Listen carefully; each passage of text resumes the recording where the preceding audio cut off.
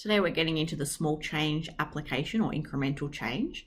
And because this is a new application for year 12, we'll actually look at 3 examples over the next 3 days. And I just want to jump straight into a percentage small change because the basic version is fairly easy, but it's these ones at the end of the exercise that people find a bit challenging because they're not sure what to do and why.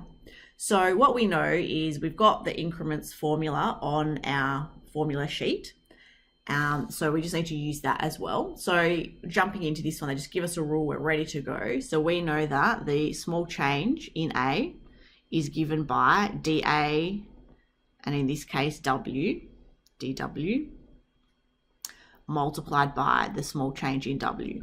Okay, so that's what we're looking at. So we need to first of all differentiate our function that we've been given, and that is going to be 0.4 K, because K is just a constant, W, and then take 1, so negative 0.6 multiplied by the small change in W.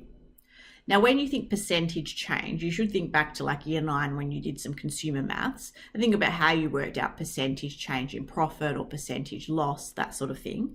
And you'd always do the change, which in this case is small change in A, over the original. So what's the original? The original is A. So to make it into a percentage small change, although expressed as a decimal, we divide by A, and we do that on both sides. It's just that on the right hand side, it's not very useful to divide by A since our variable is W. So what we do is we say the small change in A over A, meaning percentage change expressed as a decimal, is 0.4 K W to the negative 0.6 over, and then instead of A we write what A is in terms of W, which is K W to the 0.4.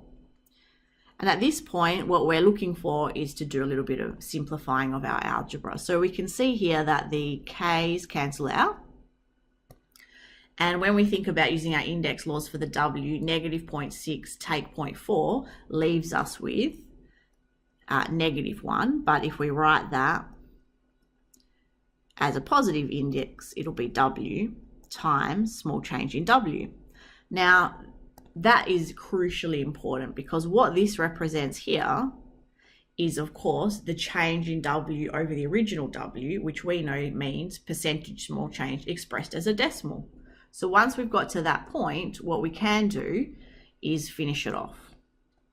So we can say the small change in A over A expressed a percentage as a decimal is 0.4 times by the percentage change in W expressed as a decimal, which is 0.02.